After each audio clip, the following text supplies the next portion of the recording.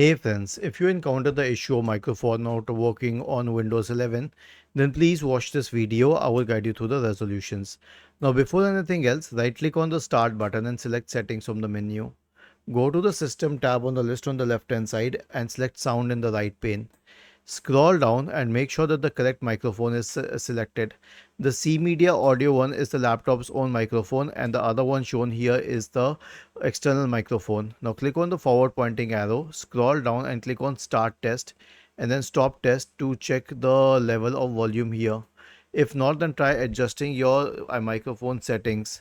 Okay, now once this is done, you can consider updating its drivers. So search for device manager in the Windows search bar, open the device manager, right click on expand the list for the audio drivers, right click on your microphone's audio drivers and update them. Was this helpful? If yes, then please subscribe to the channel. If not, then let us know in the comment section of the video on how we could help you further. Thank you for watching this video and have a nice day.